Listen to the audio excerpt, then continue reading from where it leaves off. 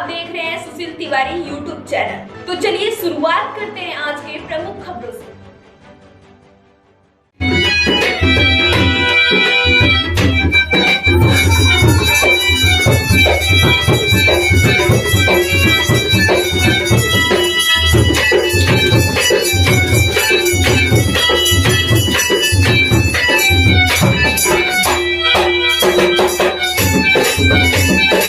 इस समय पूरे भारत में सोशल मीडिया पर एक वीडियो ट्रेंड कर रहा है। बसुका गांव का वीडियो, गाजीपुर जिले का वह वीडियो तवाइफों का लगातार चल रहा है। दोस्तों, आज मैं पूरा इतिहास और बसुका गांव में तवाइफों के बारे में पूरी जानकारी आप तक लेकर आ रहा हूं। मेरे वीडियो को पूरा देखें और अंत तक बने रहें। इसके साथ ही मैं भारत की नामचीन तवाइफों के बारे में भी आज आपको अपने चैनल से बताने वाला हूं। सबसे पहले हम रुख कर रहे हैं एशिया के सबसे बड़े गांव गहमर का। गहमर क्षेत्र के बसुका गांव का इतिहास करीब सन 1775 का है और गाजीपुर के जो भी लोग देख रहे हैं, मैं उन्हें यह बताना चाहूँगा, उस समय सरकार गाजीपुर के नवाब थे फजले अली, उस समय हुआ करते थे।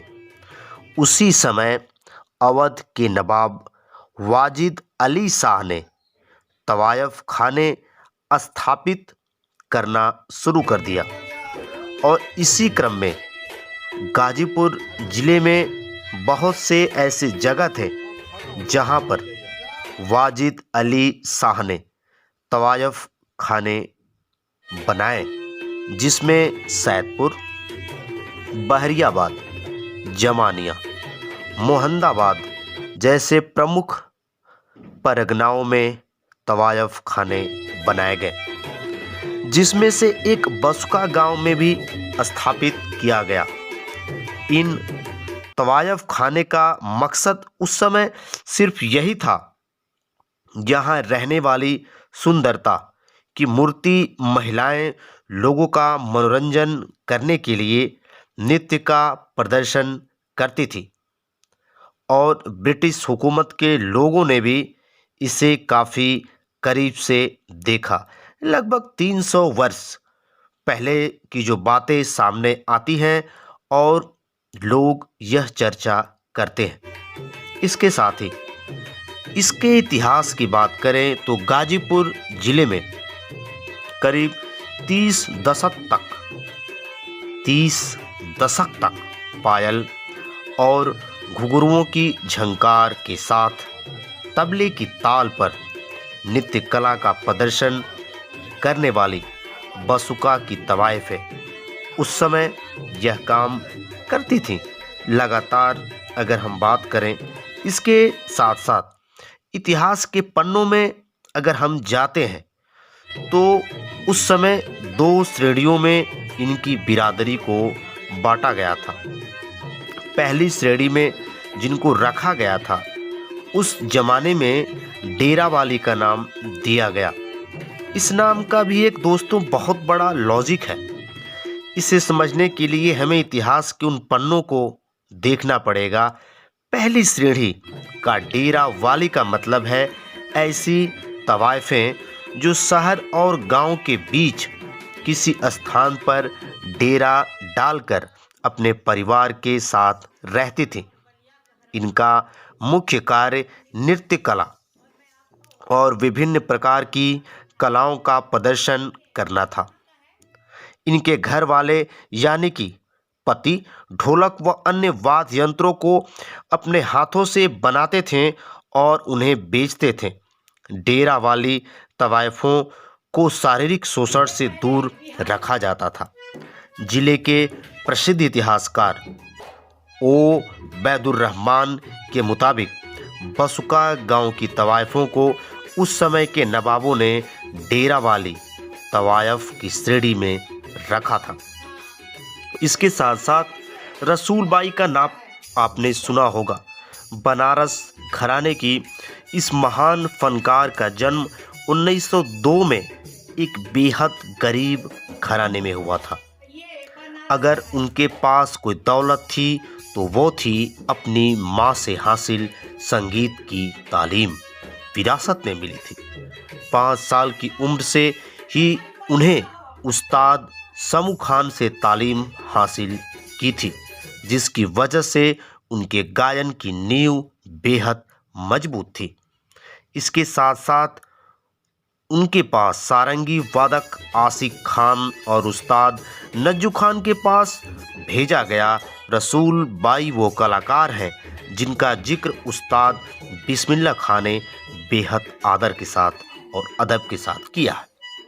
दूसरा दोस्तों मैं आपको नाम बता रहा हूँ, जोहरा बाई, जो कि भारतीय शास्त्रीय संगीत के पिलर्स में से एक माना जाता है, पिलर का मुख्य माना जाता है। संगीत में उनके संगीत का प्रभाव उनके बाद के फनकारों पर साफ देखा जाता था। तवाइफों की गौरवशाली विरासत में उनका नाम गौहर जान के साथ बड़े ही आदर से लिया जाता है। बेगम हजरत महल, इन्हें अवध की बेगम भी कहा जाता है। इनका असली नाम मोहम्मदी खानम था। फैजाबाद में पैदाइश हुई।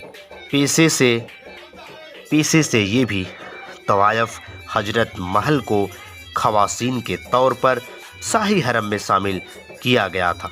आगे चल के अवध के नवाब वाजिद अली शाह ने इनसे निकाह कर लिया।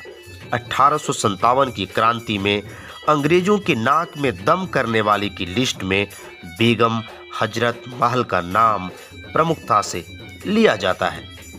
दोस्तों, आज जो चर्चा हो रही है, बहुत सारे लोग ये जानते नहीं हैं, लेकिन मैं आपको बता रहा हूँ।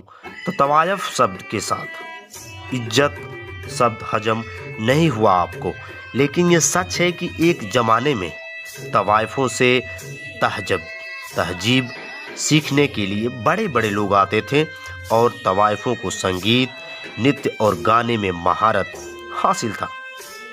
इसके साथ साथ बहुत सारे फिल्में भी बनी और उन फिल्मों को लोगों ने देखा भी। उत्तर भारत में जिन्हें तवायफ कहा जाता था, दक्षिण भारत में उन्हें देवदासी, बंगाली में बाईजी और देश के कई हिस्सों में इन्हें अलग अलग नामों से कहा जाता है। उनके नाम हैं तवाइफें प्रोफेशनल सिंगर और डांसर भी हुआ करती थीं, जो राजाओं के दरबार में अपनी कला, अदा, हुस्न का जलवा बिखेरती थीं। इसके साथ साथ अगर हम देखें तो बहुत सारे गीत भी उस समय आए थे, जैसे लागत करेजवा में चोट, वृंदावनी सिंगार की। ये एक ऐसी बंदिशें हैं जो कि जदन बाई की याद ताज़ा करती है। इसके साथ साथ मैंने फिल्मों का जिक्र किया और इनके ऊपर फिल्में भी फिल्मांकन किए गए, जिनमें कि बहुत सारे अभिनेत्रियों ने उसमें काम भी किया। तवायफ की छवि एक अस्थायी आकर्षण की थी। देवदास 1955 में पहली फिल्म आई। उसके बाद प्यासा, साधना, शराफत पाकिजा जैसे बहुत सारे फिल्में आईं। इसके साथ साथ एक तवायफ एक अत्यधिक सफल मनोरंजन करता थी। भारतीय उपमहाद्वीपों के बड़कपन का विशेष रूप मुगल काल के दौर को कहा जाता है। इसके साथ ही 16वीं शताब्दी के बाद से तवायफें मोटे तौर पे उत्तर भारतीय संस्था से जुड़ी मुगल दरबार की संस्कृति का प्रमुख केंद्र थी। इसके साथ ही बनारस घराने की महान फनकारा उस समय रसूल बाई का नाम मैंने आपको बताया, और बहुत सारी ऐसे तवायफें थीं जिनका नाम आज इतिहास में अमर हो गया, जिनमें जोहरा बाई, जदन बाई और अंग्रेज़ों के दांत भी इन्होंने खट्टे किए। इसके साथ ही दोस्तों, एक मेरा छोटा सा प्रयास, मैंने तवाइफों के बारे में बताने की पूरी कोशिश की। वीडियो को शेयर करें, चैनल को सब्सक्राइब करें। जय हिंद।